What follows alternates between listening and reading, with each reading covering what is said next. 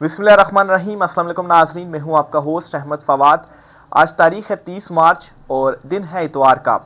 Vlog का आगाज़ करने से पहले तमाम जो दोस्त हैं, तमाम नाजरीन हैं, देखने वाले सुनने वाले जो ओवरसीज़ पाकिस्तानी हैं, उनको ईद की ढेरों खुशियाँ मुबारक हों। पाकिस्तान में तो आज ईद नहीं है, लेकिन बहुत सारी जो दीगर ममालिक हैं जिनमें सऊदी अरब वगैरह या दुबई या लंदन अमेरिका वगैरह, वहाँ पर आज ईद है। तो जो दोस्त हमें वहाँ से सुनते हैं, देखते हैं, मोहब्बत करते हैं, उन सबको ईद जो है वो बहुत बहुत मुबारक हो। आज के व्लॉग में 3 इश्यूज़ पर हम डिस्कस करेंगे। पहला इशू तो ये है कि ये जो एक इस वक्त मामला चल रहा है 30 से 35 दिनों वाला, कि सब चीज़ें ठीक हो जाएंगी, ओवरसीज़ पाकिस्तानियों को यकीन दिलाया जा रहा है। इस पर एक जवाब आया है ओवरसीज़ पाकिस्तानियों का, और वो जवाब इनकार में आया है।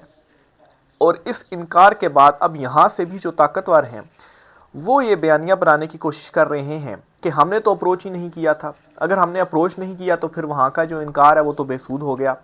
कुछ एक्सक्लूसिव डिटेल्स हैं, डेवलपमेंट्स हुई हैं, इस पर आपके साथ में चीज़ें जो है वो शेयर करूँगा कि वहाँ से इनकार क्यों किया गया, और क्या ऐसी शराइत वहाँ से ओवरसीज़ की जानिब से रखी गई हैं जिस पर यहाँ के जो ताकतवर हैं वो ज़रा डागम डोल जो है वो हो गए, और उन्होंने कहा कि ये चीज़ें तो हम मान ही नहीं सकते। दूसरे नंबर पर जो बिल था जो कि बरह रास्त पाकिस्तान के आर्मी चीफ पर पाबंदी से मुतल्लिक था, जो विल्सन की जानिब से जो पेश किया गया, इस हवाले से भी एक बड़ी डेवलपमेंट सामने आई है कि एक दस्तखती मुहिम का आगाज़ किया गया है। और इसमें जो वहाँ के उनके कांग्रेसमैन हैं या उधर की जो उनके पार्लियामेंटेरियंस हैं, उनसे ये भेज कर बिल और उनसे दस्तखत करवाए जा रहे हैं कि अगर आप इस बिल की हिमायत करते हैं तो आप इसके ऊपर दस्तखत कर दें। तो दस्तखत करने का मतलब ये है कि वो इसके हक़ में वोट देंगे, और जितने ज़्यादा लोग इस पर दस्तखत करेंगे उससे ये होगा कि बिल जो है वो मंजूर होने से पहले मालूम हो जाएगा कि कितने लोग जो है वो इस बिल पर हमारे साथ एग्री हैं, यानी कि ये पास जो है वो होगा या नहीं होगा। इससे मुतल्लिक जो चीज़ें हैं वो पहले मालूम पड़ जाएंगी। तो इस पर भी कुछ तफसीलात आपके साथ शेयर करनी है। और आखिर में जी, ये जो ड्रोन अटैक कल हुआ है केपी में, इस पर केपी हुकूमत का शर्मनाक एक जो रद्दअमल है उसको करार दिया जा रहा है। अगर इमरान खान साहब होते तो ऐसा रद्दअमल ना आता। बहरहाल ये जो रद्दअमल आया है, इस रद्दअमल के हवाले से अखज़ किया जा रहा है कि ये भी इमरान खान साहब को डेंट डालने की और इमरान खान की केपी में ग्रिप को जो है वो कमज़ोर करने की एक कोशिश है, क्योंकि इस वक्त सिर्फ एक ही हुकूमत है जिसे हम कह सकते हैं कि नुमाइंदा हुकूमत है, वो केपी में ही है, और वो पाकिस्तान तहरीक इंसाफ की है। लेकिन चूंकि इमरान खान साहब खुद तो नहीं चीज़ों को डील कर रहे हैं, वहाँ पर पीटीआई के ही लोग हैं, तो पीटीआई लीडरशिप जो है वो किस कदर कंप्रोमाइज़ है या नहीं है, वो भी सारी चीज़ें आपके सामने हैं। तो इस पर भी कुछ डेवलपमेंट्स आपके साथ में शेयर करूँगा। पहली जो आपके साथ एक चीज़ शेयर करनी है वो ओवरसीज़ पाकिस्तानियों से मुतल्लिक है। उन पाकिस्तानियों से मुतल्लिक या उन ओवरसीज़ से मुतल्लिक है जो मतलब है कि टॉप टीयर के ऊपर हैं। और ये जो बिल आर्मी चीफ पर पाबंदी से मुतल्लिक पेश किया गया है, इस बिल के हवाले से लॉबिंग या जो एक असर रसूख है या बातचीत, वो सारी चीज़ों को वो लीड कर रहे हैं। इसमें जी थ्योरी ये सामने आई कि उनको अप्रोच किया गया है ताकतवरों की जानिब से, और उनसे कहा गया है कि आप इस मामले से पीछे हट जाएं। अगर आप इस मामले से पीछे हट जाते हैं तो 30 से 35 दिन के अंदर हालात ठीक होना शुरू हो जाएंगे। और फिर उसके बाद ये भी दावा किया गया जी कि ये मुखलिसाना कोशिश है। मुखलिसाना का भी आगे चल के जायज़ा लेते हैं कि ये मुखलिसाना है या नहीं है, वो भी इसी व्लॉग में मैं आपको बताऊंगा। इसमें जी अब मज़ीद ये दावा किया जा रहा है कि वहाँ से रिप्लाई ये सामने आया है कि ठीक है, अगर आप ये कहते हैं कि इससे पीछे हट जाएं तो ठीक है, हम हट तो जाते हैं, तो आप कुछ जो चीज़ें हैं, एक रोड मैप दिया गया है कि आप ये काम अभी से करना शुरू कर दें, तब जाकर 30 से 35 दिन के अंदर जो हालात हैं वो सारे नॉर्मलाइज हो जाएंगे। यानी कि फौरी तौर पर आपने क्या करना है, फौरी तौर पर आपने ये करना है जी कि जो आपने कतगने लगाई हुई हैं, जो सहाफ़ियों को आप उठा रहे हैं, जो हार्ड स्टेट जो है वो बनाने जा रहे हैं, या जो पाबंदियाँ लगाई हुई हैं, या पीटीआई के जो वर्कर्स आपने गिरफ्तार किए हुए हैं, इवन के एहतजाज तक नहीं करने देते हैं, तो इन सारी चीज़ों को फौरी तौर पर आप ख़त्म करें। मीडिया पर जो आपने पाबंदियाँ लगाई हुई हैं, इमरान खान साहब का नाम तक जो है वो मीडिया पर नहीं चल रहा, तो ये सारी पाबंदियाँ तो ऐसी चीज़ें हैं जो फौरी तौर पर आप ख़त्म कर सकते हैं, और इससे हमें भी तसल्ली होगी कि ठीक है, वाकई आपकी कोशिश मुखलिसाना है। तो ये इनिशियल तौर पर फौरी तौर पर आप इसको करें।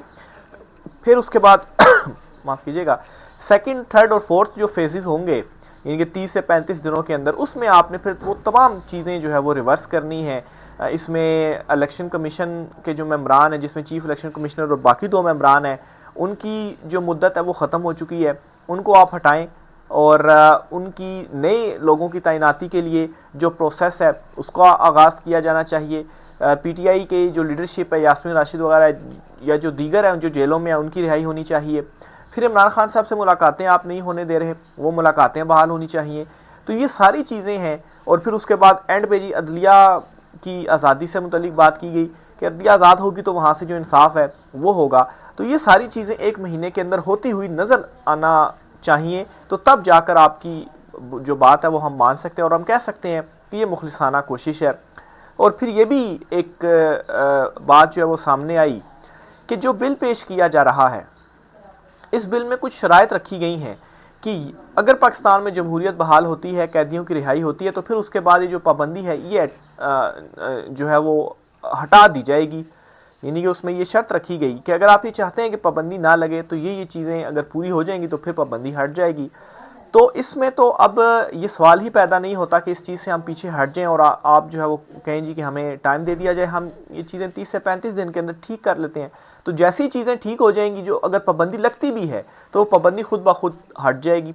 और फिर उसके बाद अभी तो बिल पेश हुआ है और बिल मंजूर होने के लिए अभी इसमें टाइम लगेगा और फिर इसके ऊपर सिग्नेचर और फिर उसके ऊपर इम्प्लीमेंट होने में भी काफ़ी जो टाइम है वो लगेगा। 1 महीने 30-35 दिन से ज़्यादा इसके ऊपर लगेगा। तो 30-35 दिनों के अंदर अगर ये इकदाम कर लिए जाते हैं तो बिल अभी पेश ही हुआ वो वापस ले लिया जाएगा, बिल मंजूर तो नहीं हुआ है। तो ये जी वहाँ से कुछ जो दावे हैं वो सामने आए हैं। अब इसके बाद यहाँ से क्या डेवलपमेंट होती है?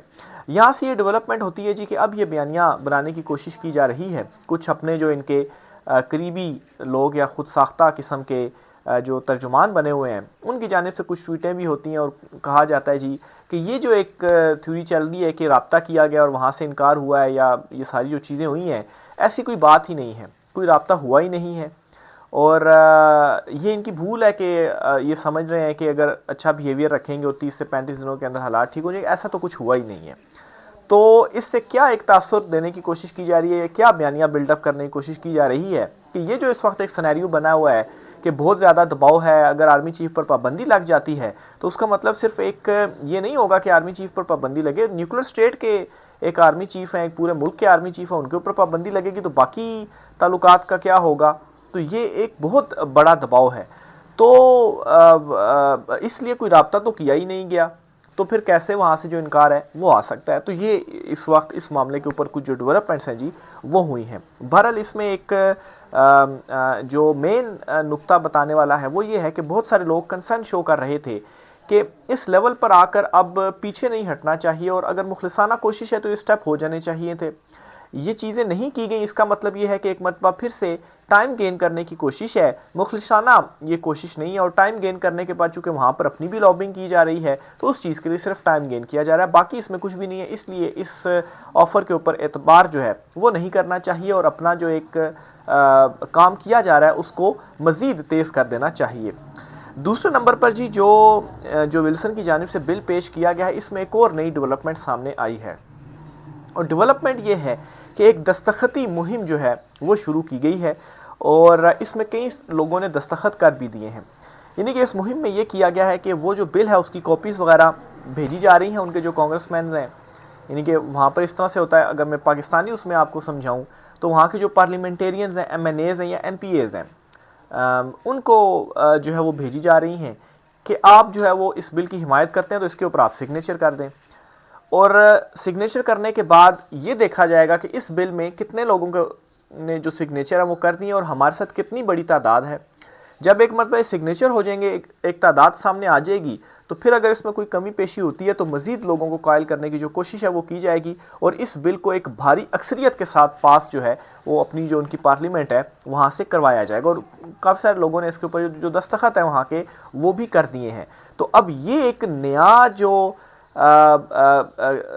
इस बिल के ऊपर जो ट्रेंड है वो शुरू हो गया और इस दस्तखतों ने जो दबाव है वो मज़ीद बढ़ा दिया है कि पहले तो ये था ना कि 180 दिन होते हैं बिल पास करने के लिए और फिर उसके ऊपर सदर सिग्नेचर करते हैं, यानी कि 6 महीने थे। तो अब तो ये हो गया है कि मतलब है कि 6 महीने से मुराद ये कि थोड़ा सा एक ब्रीदिंग स्पेस मिल गई थी कि चले अगर होता भी है पास तो 6 महीने के अंदर हो जाएगा, तब तक कुछ ना कुछ हम करते हैं। लेकिन अब ये हो रहा है कि एक मरतबा सिग्नेचर बड़ी तादाद में सामने आ गए तो उससे तो ये क्लियर हो जाएगा कि इस बिल की जो हिमायत है वो बड़ी तादाद में वहाँ के जो पार्लियामेंटेरियंस हैं उन्होंने कर दिए हैं, सिग्नेचर जो है वो उन्होंने कर दी, यानी कि अब तो ये हर सूरत में ही पास होना ही होना है। यानी कि वो फिर वो एग्जाम्पल लागू हो जाएगी ना कि बकरे की माँ आखिर कब तक जो है वो खैर जो है वो मनाएगी, तो वो जो तलवार है वो इनके ऊपर चल जाएगी और जो है वो दस्तखत हो जाएंगे और मतलूबा नंबर भी हासिल हो जाएगा और पता चल जाएगा जी कि इतनी तादाद हमारे साथ है।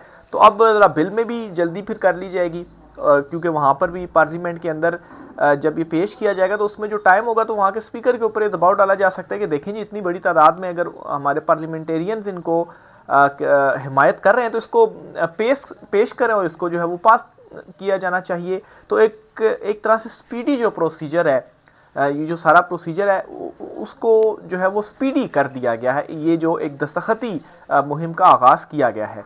तो ये एक तरह से जहाँ पर अगर 6 महीने लगने थे तो वहाँ पर अब 1 या 2 महीने के अंदर ही इस हवाले से कोई जो बड़ी डेवलपमेंट है, और मैं समझता हूँ कि शायद पास होने या ना होने से मुतल्लिक भी डेवलपमेंट जो है वो सामने आ जाएगी। और मिसाल के तौर पर अगर नंबर्स कम होते हैं तो तब भी टाइम होगा कि आप दीगर को कन्विंस करके और अपना जो नंबर है वो पूरा कर लें। खैर इस बिल को जो है वो डेमोक्रेट्स और दूसरों ने दोनों ने मिलकर जो है अपोजिशन और हुकूमत दोनों ने मिलकर इस बिल को पेश किया है। तो जब हुकूमत और अपोजिशन मिलकर इसको पेश कर रही होती है तो ये फिर आम सी बात है कि इसको मुखालफत कहाँ से आएगी। मुखालफत तो तब आती है ना कि अगर बिल अपोजिशन ने पेश किया हो तो हुकूमत की तरफ से मुखालफत आ जाए, और अगर हुकूमत ने किया हो तो अपोजिशन की तरफ से मुखालफत आ जाए, यही दो होते हैं ना। लेकिन अगर दोनों ही पेश करें तो फिर इंडिविजुअल लेवल पर मुखालफत आ सकती है।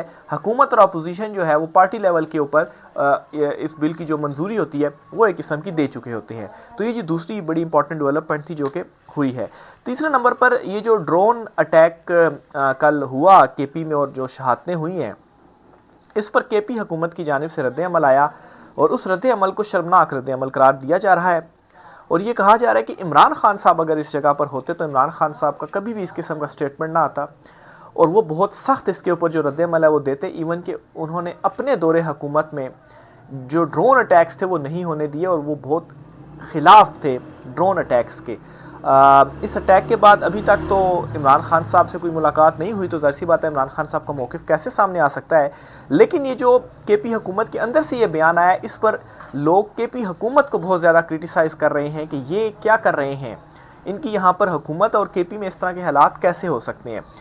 अब इसका एक और एंगल भी है देखने का, वो ये है कि पाकिस्तान तहरीक इंसाफ इमरान खान साहब की अगर कहीं पर सबसे ज़्यादा ग्रिप मजबूत है तो वो केपी में है।